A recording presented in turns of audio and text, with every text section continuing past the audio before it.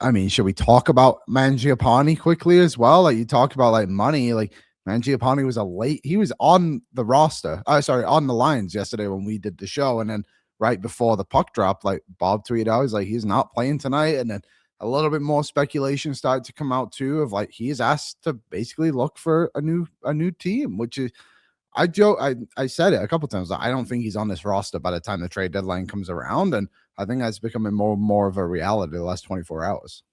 Yeah, I have a handful of opinions on this. I don't think it's insignificant, and I know Rashog threw some cold water on this, but they have been reluctant to healthy scratch Mangiapane all season long. And you're telling me that the first day he's healthy scratched is the same day that we actually get 3 or 4 pretty concrete reports, whether it's Gazzola, Friedman, Pagnotta, a whole bunch of really plugged in people around Edmonton and around the hockey world finally put out that he's looking for a trade. He can seek a trade. The relationship isn't good. Like, I refuse to believe that that's not a coincidence. Like, no, healthy scratching for the first time in 40 games on the same day all this comes out. It lines up too well, in my opinion. So I could definitely see a world where, maybe by the time Jari's back, Andrew Mangiapane has a new home. Like, I don't think he's a terrible player. I do think maybe my expectations of him were a little bit too high. But there are a couple of things here. Like, he's scoring at a 10-11 goal pace. If he could get on a little bit of a run, he could still end up scoring somewhere between 13 and 15, mainly even strength goals. And like, that's not all that bad. But at the same time, you brought him in here to be a guy who, even if he wasn't scoring, could give you some energy. I talked yesterday about how little he's hitting. It's his lowest hits per 60 that he's had in each of the last 3-4 seasons now. And Bullet Brad on Twitter had a really good note as well that I wanted to pass along. He throws up some really nice sort of in-depth stats, but it was Andrew Mangiapane's speed bursts over the last number of seasons and how low they are. So speed bursts per 60 is anything above 32 kilometers per hour. This season, Mangiapane is 3.64 speed bursts above 32 kilometers per hour per 60 minutes. So 3.64. Last year, he was 6.03. Year before that, 5.25. Year before that, 5.44. Year before that, 5.16. Liam, that's not like a slight little tick of a drop off. That is like a legitimate, like, not quite in half, but like it's a sizable drop. Like, this guy is, this matches what we see with the eye test. This guy is not skating hard. He is not engaged physically. And if he was doing both of those things, we would have leash for him in the same way the fan base had leash for Connor Brown a couple of years ago. But this is the stuff that, like, I'm perplexed, I'm confused, but I'm also pissed off because it's like you come to a Stanley Cup contender in free agency, you're back in a Canadian market, and you can't skate hard. I'm not using injuries as an excuse either, because if he was hurt, they'd have him on IR, and they would have had him on IR a month ago. It's unacceptable that these numbers pop up. This guy to come in and give this lack of effort as an Oiler, he should be embarrassed.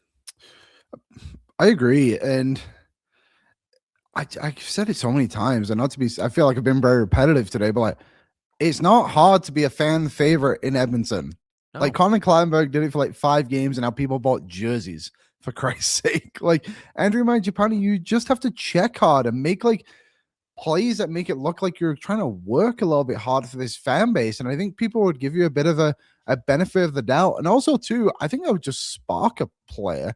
Like last night, we saw the goal from Max Jones, or also the Max, we will get to eventually. But like Curtis Lazar, all he does is just forecheck hard and hit Logan Stanley, and then all of a sudden the puck's in the back of the net. And how often have we seen players do that? We spoke about it yesterday too, of like Ryan Lomberg just taking that burst right through the gap of the defenseman and taking the puck away. Like Mangiapane should be able to do that for the Oilers, and he's just not been able to do it at all. And he's just been outshone by so many players who make significantly less money than him. The other side of it too, which has really bugged me about this whole speculation, is like he wants to find a place where his role is bigger. Buddy, you played in the top 6 for a long time and you did nothing with it. So you want to talk about like, I want to earn a bigger role. It's like you had every opportunity. They elevated you to the second line in, what was it, game 3? And you became absolutely invisible. So I don't buy it that he's injured at all. I agree with you. If you're injured, sit out. The coaching staff should also see that. And I think the Oilers sit out guys very often if they're injured. So I don't think he deserves to play in Edmonton. I don't think he's done enough. I think there's other guys on his team who are in a similar boat. And I would prefer he was gone. People are talking about Jake DeBrusk potentially as a target. I don't see that trade happening for the Oilers. Honestly, I know he was healthy scratch, but that doesn't mean too much, I don't think. He also had the opportunity to come to Edmonton. He chose Vancouver. But just on Mangiapane, enough is enough. You haven't done it. You want to whine about your role. You had every opportunity to make it a bigger role, and you didn't do it. Which forward do you think Andrew Mangiapane has spent the most time on ice with this season? I would think it's Henrique, but I would imagine it's McDavid. It's Connor McDavid. You want to bitch about your role? You've gotten to play 183 5-on-5 minutes with Connor McDavid this season, and we can look into the with or without.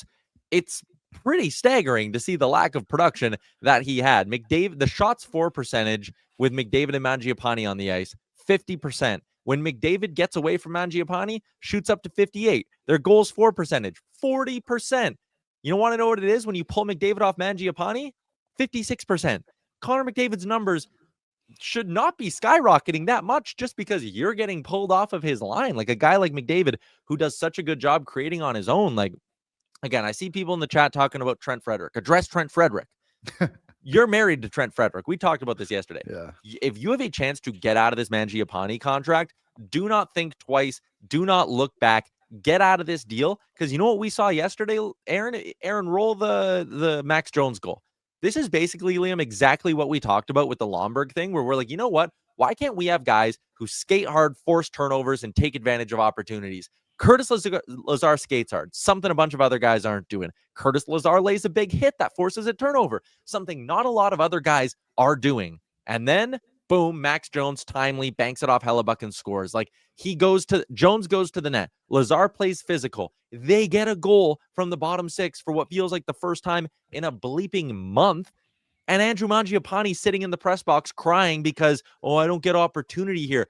You've played 186 minutes with Connor McDavid, man. Like, what are you talking about? Ridiculous. It just drives me nuts when this happens. I think the other side of it, too, when you say, like, this is the first goal from the bottom six we've seen in a while, not only is it the first goal, like, they had a couple in the blowout games, but it's the first meaningful goal they've had in such a long time. And it's just frustrating. And it comes down to basic hockey. We went through it again yesterday. You can go back and watch what the stats we went through. What's up, Nation citizens? If you enjoyed today's episode of Oilers Nation every day, make sure you hit the subscribe button here on our YouTube to not miss any of our content. We got you covered from interviews, insight, analysis, everything you need to stay up to date on everything around the team. Hit that subscribe button so you don't miss a video.